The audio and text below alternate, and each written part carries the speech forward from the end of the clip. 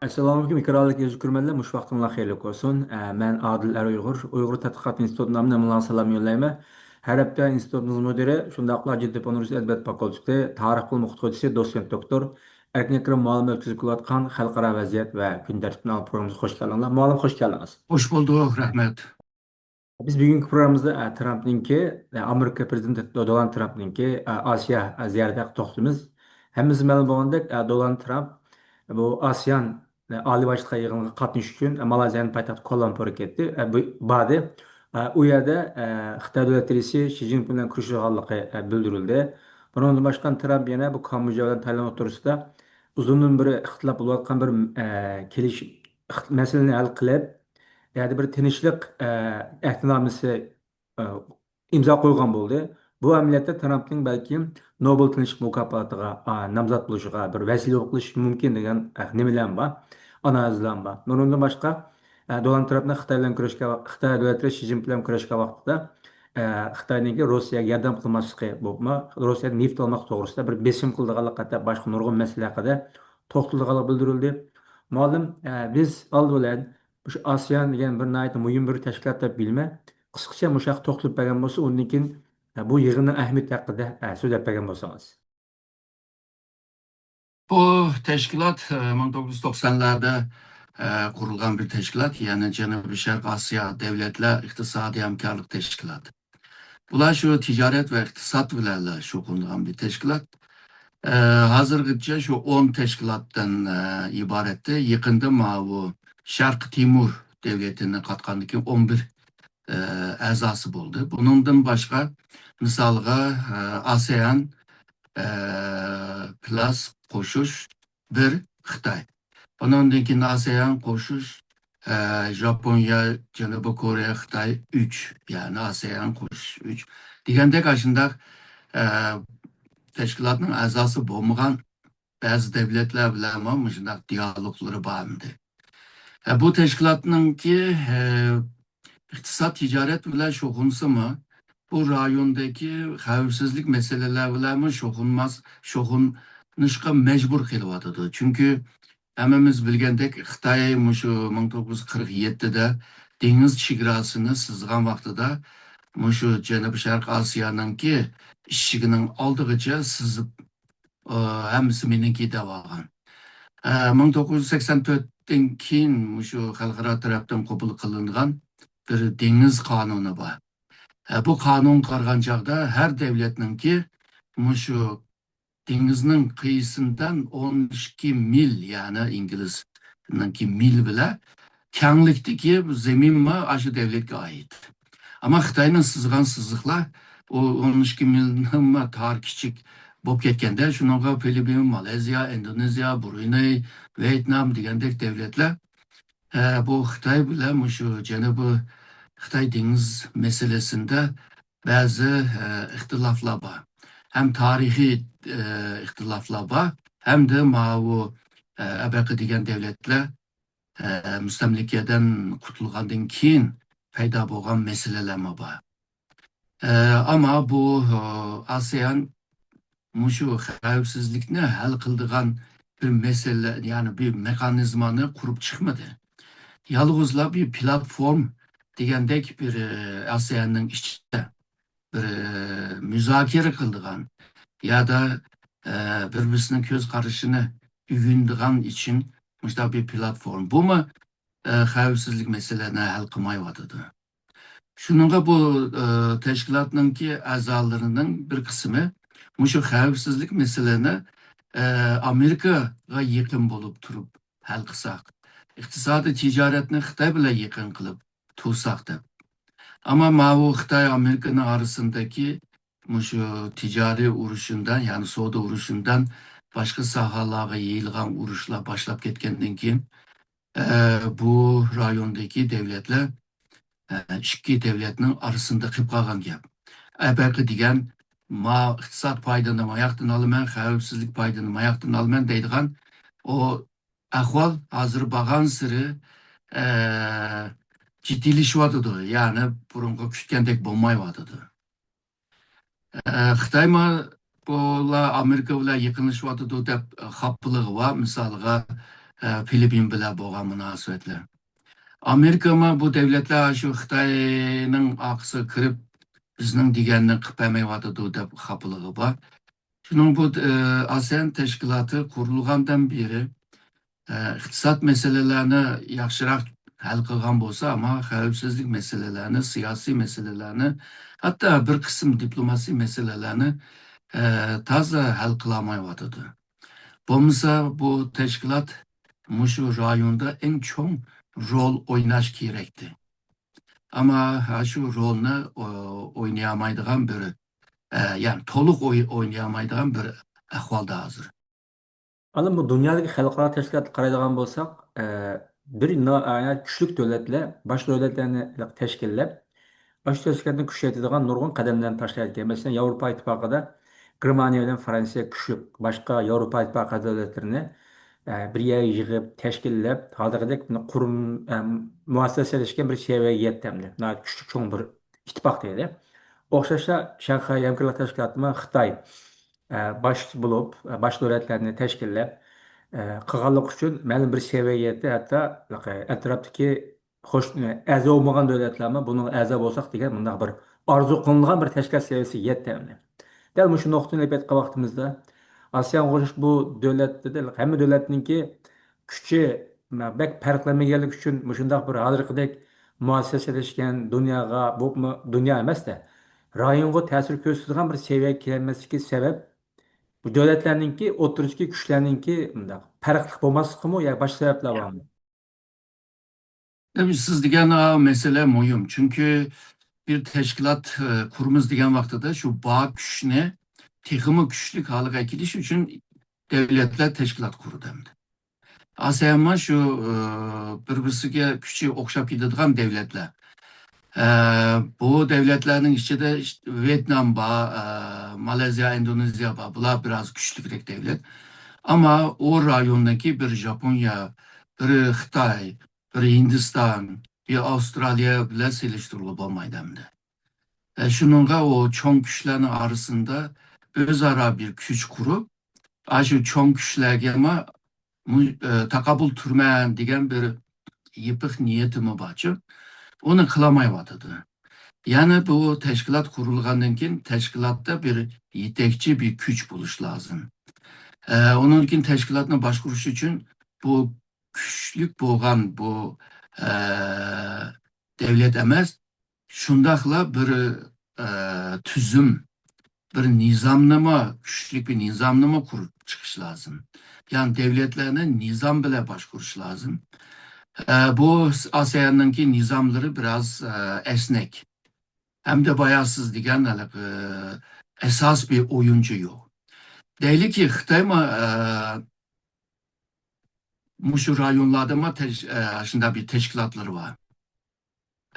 Bu teşkilatlar Xitay başçılığında buluyordu ama bayağı degende en güçlü bir devlet bozma o teşkilatını tekimi güçlük haline eklemeyordu. Değil mi? Xitay bağıyadı mı? Bir vaxtlarda Amerika mı bu Asya Tinç Okyanus'da TPP degen bir teşkilatını kurgan Xitay'sız Trans-Pasifik Hemkarlık Teşkilatı degen. Onun bu şu Obama'nın vaxtida bo'lgan mecliste qabul qilgandan keyin buni icra qilamadı endi. Şunun o'xshash bu rayonda xil teşkilatlar var ama bir Avrupa Birligichilik emas. Yani küçüğü bulup. Misalga mavu BRICS degan teşkilat var hamda bir yerde Xitay ve Rusya esasında. Bayansız degan Şanghay Hamkorlik Teşkilatı değil. Onun için Rusya'nın şu Avrasya'da kurgan bir teşkilat var. Bu bolsa kolektif xavfsizlik kilişim teşkilatıdır. Bunların içinde çok devletler var ama yine aslında küçük bir rolünü oynayamayadı. Mesela Şanghay Hamkorlik Teşkilatı'nın NATO bile seliştirdi. Aslında güçlükteydi. Ama 2005'te 2010'da Kırgızistan'da vaka çıkan vaxtıda bu teşkilatlar hiç rol oynayamadı. Afganistan'da boğan vakalarını mı bu teşkilatlar rol oynayamadı.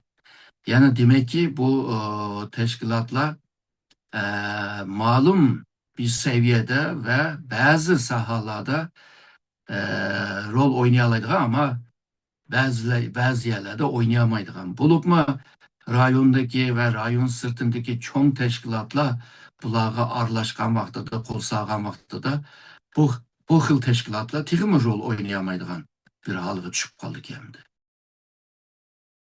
Amerika prezidentleri bu şu ASEAN Ali Başkan yig'iniga olib qatnashdi ekan. Bu qitimqi Trampninki bu Ali Başkan yig'inidagi maqsadi sizce bundaq Xitoyga besim qilishdan boshqa sabablar bormi yo'qmi? Bu Xitayga bir isim işitiş var.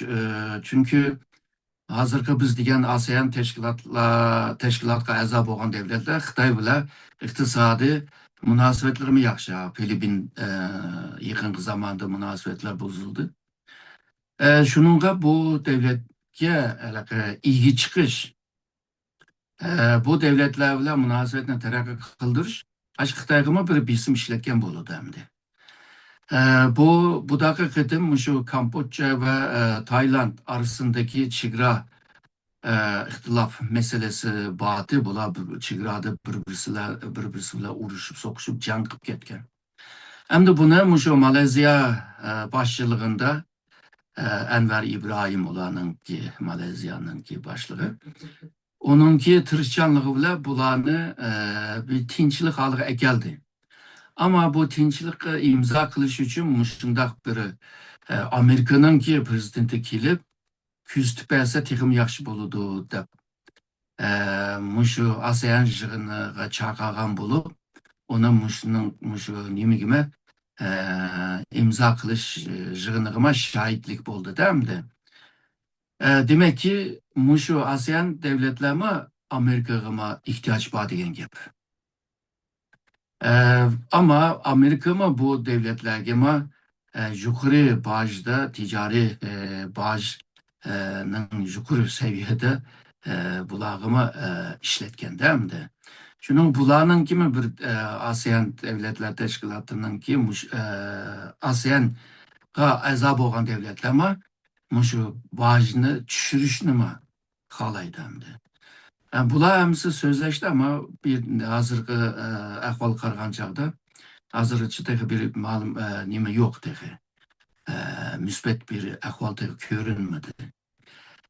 Çünkü bu Xitay, Cenab-ı Xitay denizi meselesi de muşu devletler Amerika'nın tarafında turpese Amerika Xitay'ını tizgin kılışta asan toktaydı. Ama bu devletler iktisat, ticaret cetten Xitay'dan kutlamaydı. Mesela yakın yılda Xitay Amerika'nınki ticaret sonu azaldı umumi cetten. Ama Xitay'ınki ASEAN devletlerge boğan bu eksportla köpüyüvatıdı. Yani bu ASEAN devletler ile Xitay arasındaki bu hıl ticari münasebetler koyuqlaşıvadı da. Şununla bir mürekkep bir ahvalda Amerika'nın şu ASEAN devletlerinin hemmisini özüge tatvilişme bekme asan toktumaydı hem de. İki çoğun devletlerin arasında sıkışıp kalgan vaxtıda bu iki çoğun devletçilik akıl buluş lazım. Bolsa buladımın akıllı olup gelse onundankin çıkış yol tapalaydı hem de.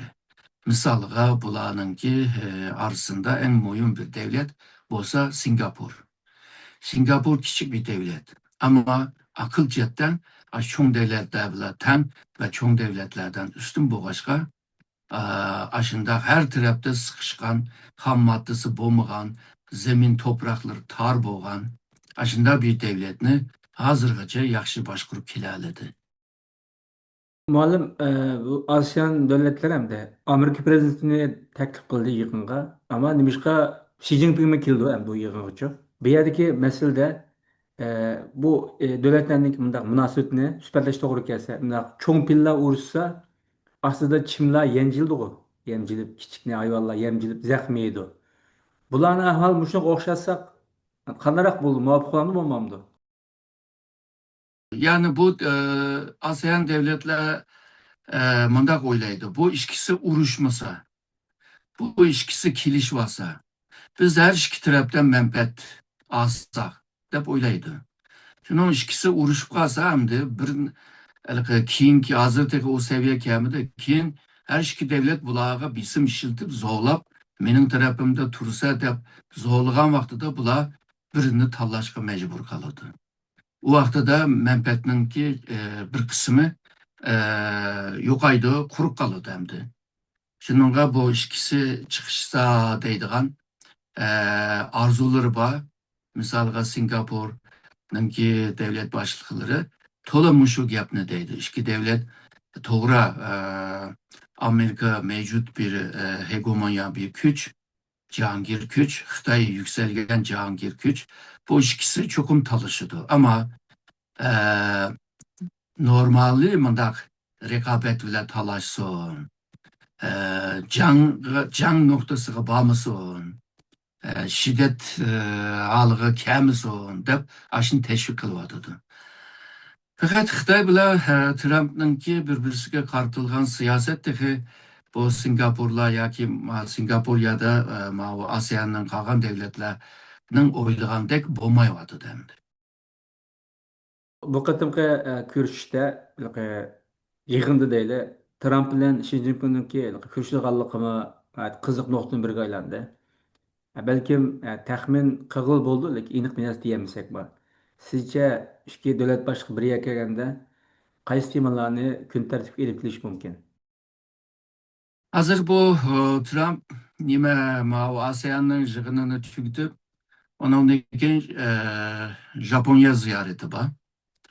Japonya ziyaretinden keyin nima Janubiy Koreyada EPEC yig'ini ichilmoqchi. Asya Pasifik İqtisadi Hamkorlik Teşkilatı'nın yig'ini. Bu yig'in 1998'lerden itibaren iktisat meselesine sözleşilen bir yig'in. Muşu gayri resmi liderler bir-birisi bilan ko'rishadigan bir yig'inga aylangan. 98'de muşu Amerika'nın Seattle'da içilgan. Ondan keyinla liderlerime qaytilgan bo'ldi. İqtisat meselesini ma'u mutaxassislar yoki munosabatlik ministrlar qiladi, ama bazı Asya Tinch okyanusu meselelerini devletin kelgan nimeler liderler arasında sözleşiyordu. Bu ihtimal şu Perşembe günü Janubiy Kore'de şu Trump ile Xi Jinping köreşmekçi. Maqatim şu Malezya'da Amerika'nın ki ticaret meseleye mesul olan bu heyet bile bu Xitayning bu muavin baş ministerinin yetakligen bir heyet bilan ko'rishdi bular. Bir yerde bir meselede biraz kelişti. Bu nima deganda hozirgi mushu bir-birisiga qartilgan ticari urushni bir seviyede töven tutuş ve Xitayma mushu qo'lidagi nadir element topraklarını Amerika'ya çeklengen bu. Çekleşini biraz kengaytiş. Xitayma şu nimede Amerika'dan poçak iliş. Amerika'nın poçakının %54'ünü Xitay aldı demdi. Xitay bu da çok almadı. Şununla bu Amerika'nın dihanlarına bir bisim oldu. Bu dihanlama Trump'a narazı var. Eğer de bunda ketiverse Trump'ın ki aldığan avaz mı azıydı değil mi da degende. Bunu kıldık. Amerika bolsa şu yüksek teknoloji bazı mesulatlarını Xitayga setip beriş cette kelişti.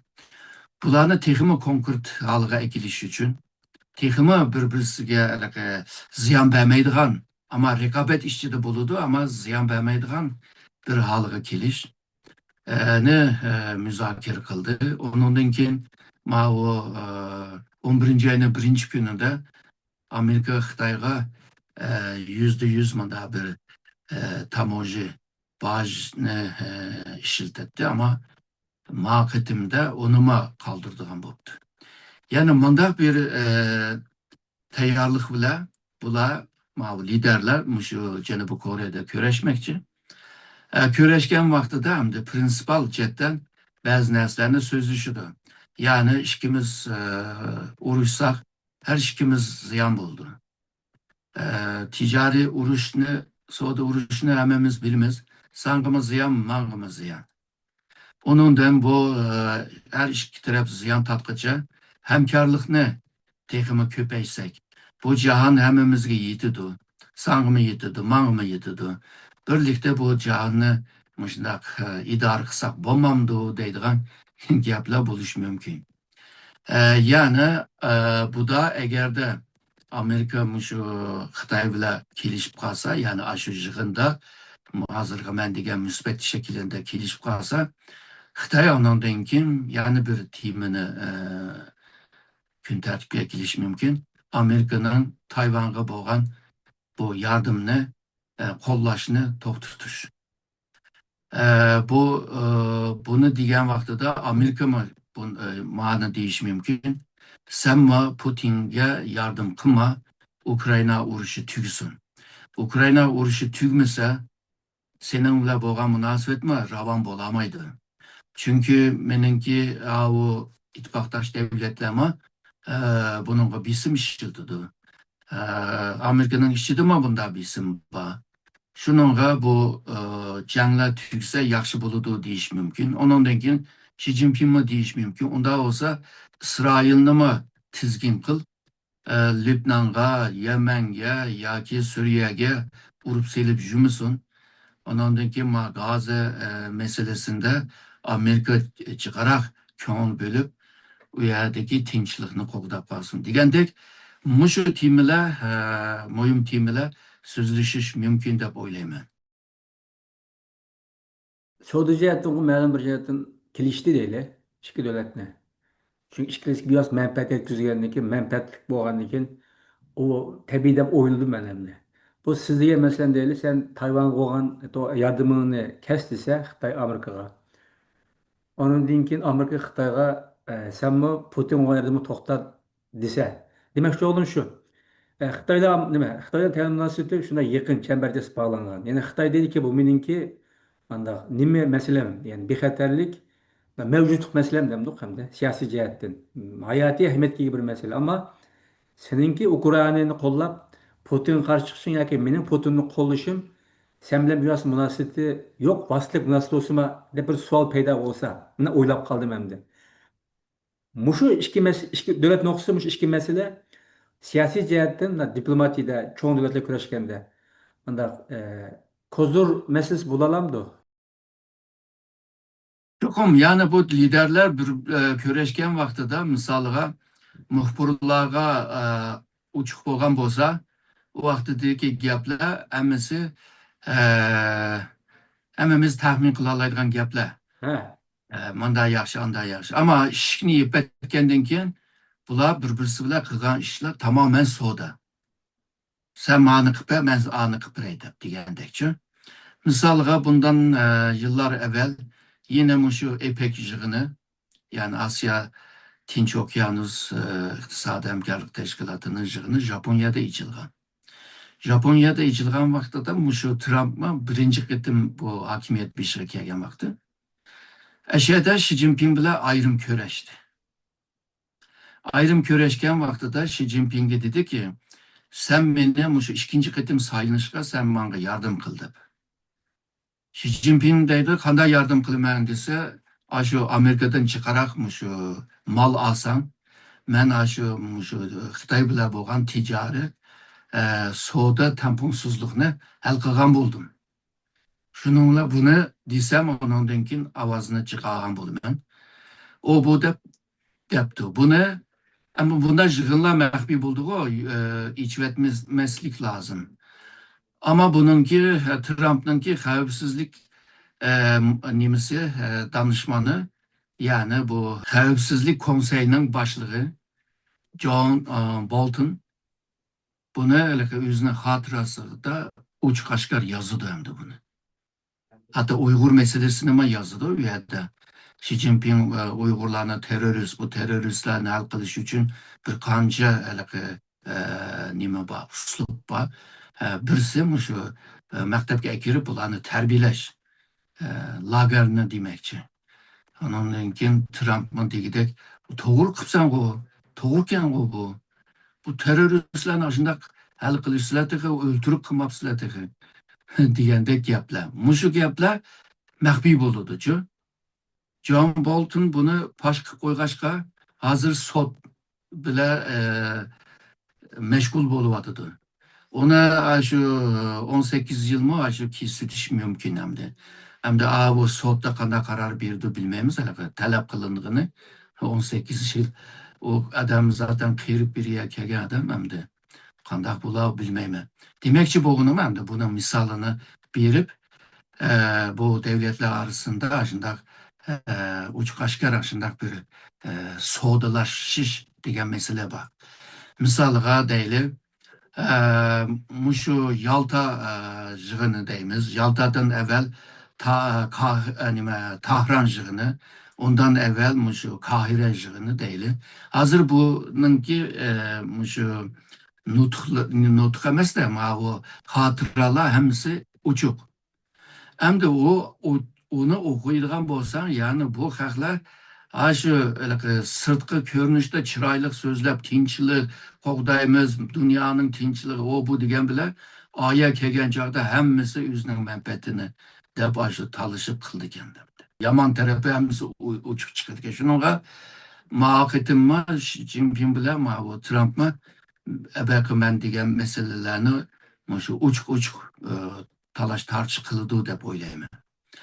Hazır bu Trump'nınki ilip bağın bu xil Xitayga karta ilip bağın bu xil siyaset bir taktik siyaset.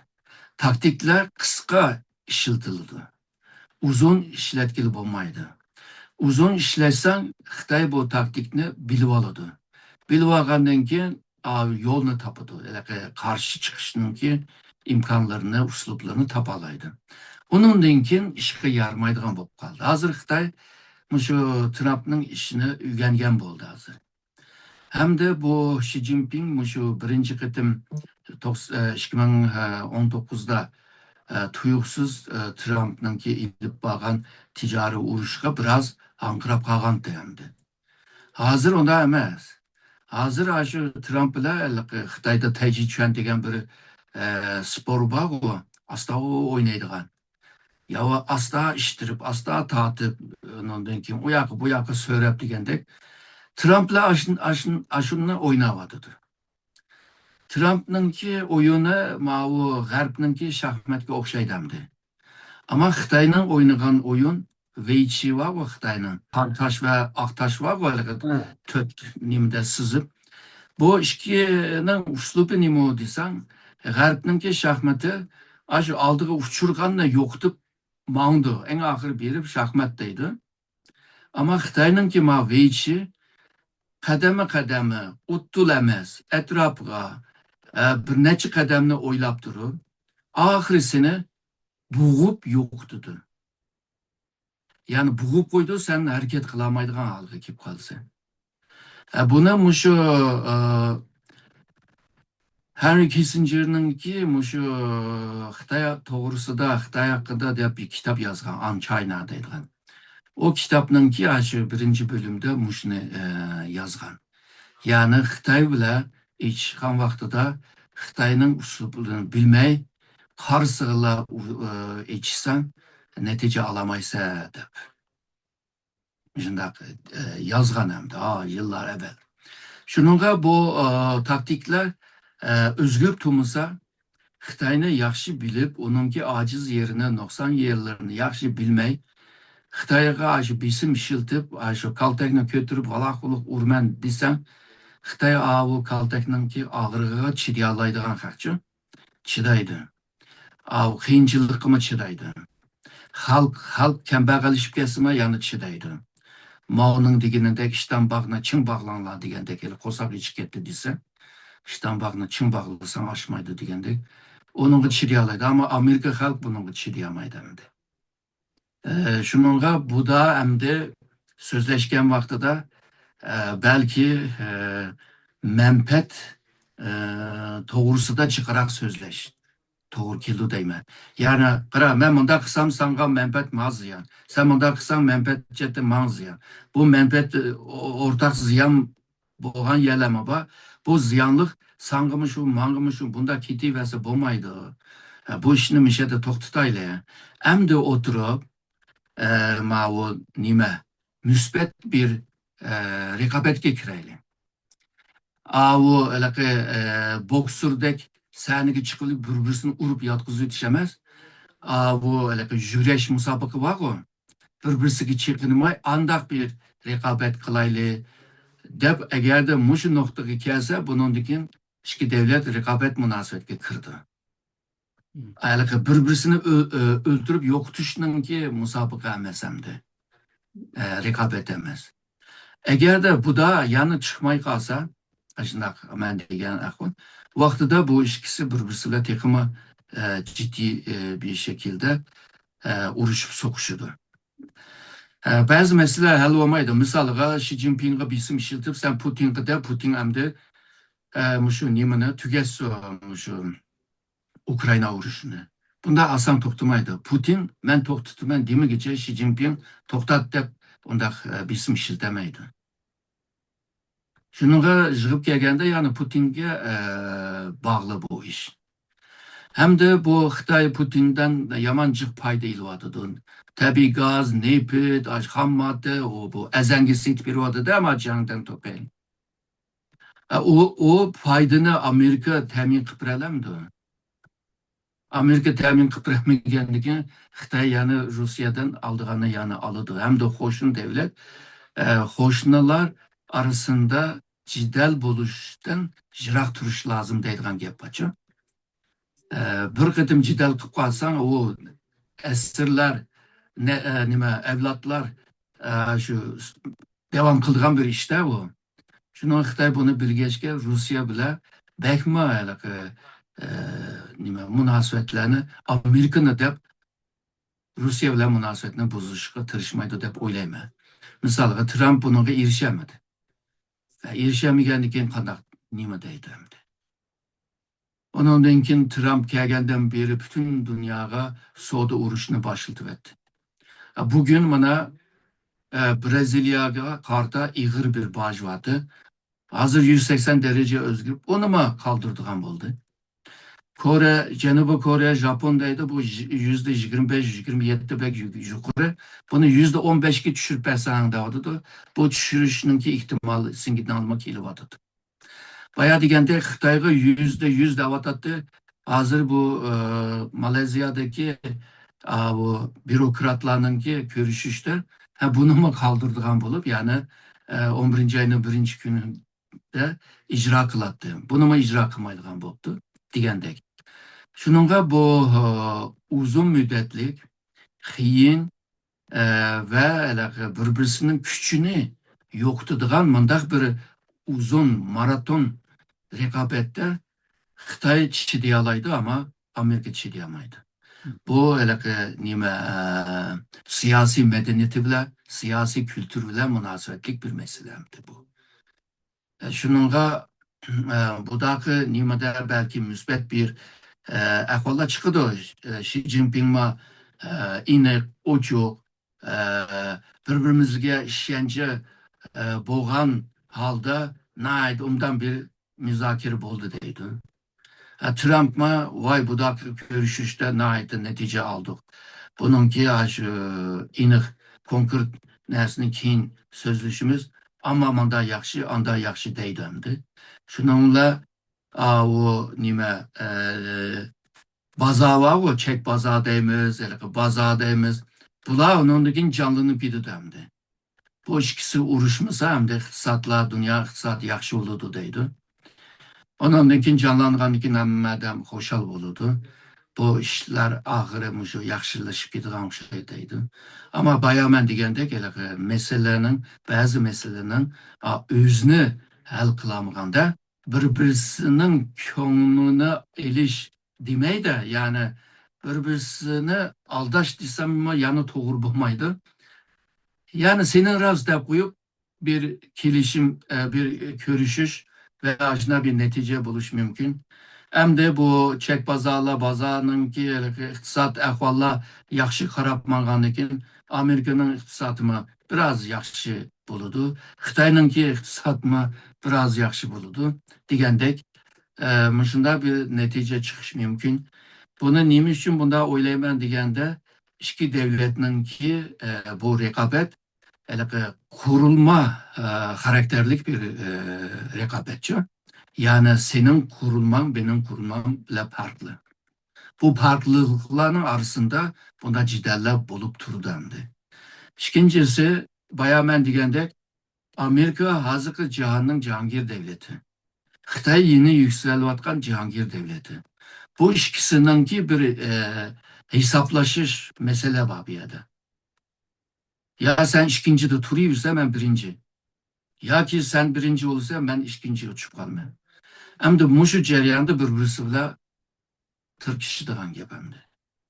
Bunlar kurulma karakterlik meseleler. Onda bir görüşüş bile asan toktumaydı. Muşuna tayinip durup bayağı e, hülasına çıkışka tırıştım ben. Erkim anlatı mühim dediğiniz gibi kurulma karakterlik. Mahiyetiyetin farklı boğalık üçün. Yani birisinin programı Windows olsa, yeni bir programı Apple işletilen başka bir program. İkisinin bir yaklaşığı mümkün olmagandek, yoki chiqish bitishi. Şoň uzun ýolny ayırmaýan dowam kıldı ama bir ýeke çagda indi rekapatlaşylan gep geldi düşendim ben. Ez kürmenle wagt nasıl program işe dahillaşmamız muallim sizge köp rahmet. Ben rahmet ettim.